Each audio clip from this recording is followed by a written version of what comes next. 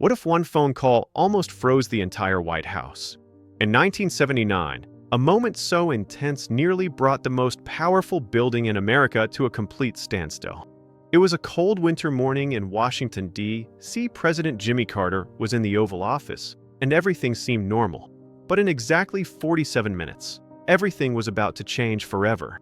At 9:15 a.m., a red phone started ringing in the National Security Council's operations room. This wasn't just any phone. It was a direct line that only rang when America was under catastrophic threat. The duty officer picked up, and what he heard made his blood run cold. "We have detected multiple missile launches from Soviet territory. I repeat, we have detected multiple Soviet ICBMs heading toward the United States." This was during the Cold War, when tensions between America and the Soviet Union were at their absolute peak.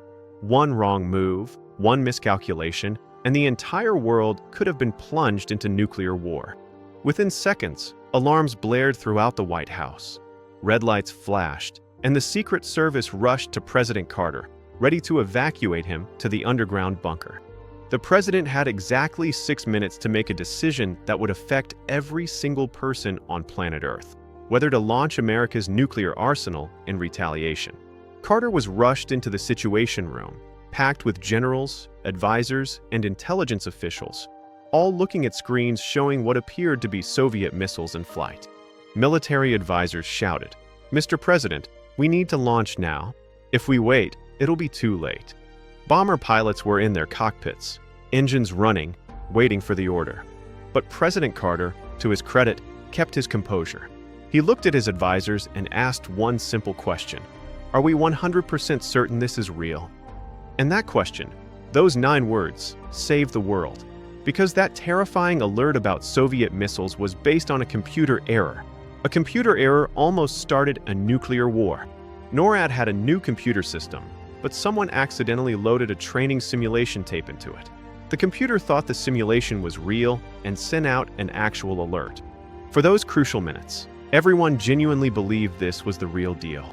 Air Force jets scrambled, nuclear submarines moved into launch positions, America's arsenal seconds from being unleashed. Carter demanded verification. An officer at NORAD frantically checked the data. Something wasn't adding up. The missiles should be on multiple systems, but they were only appearing on one.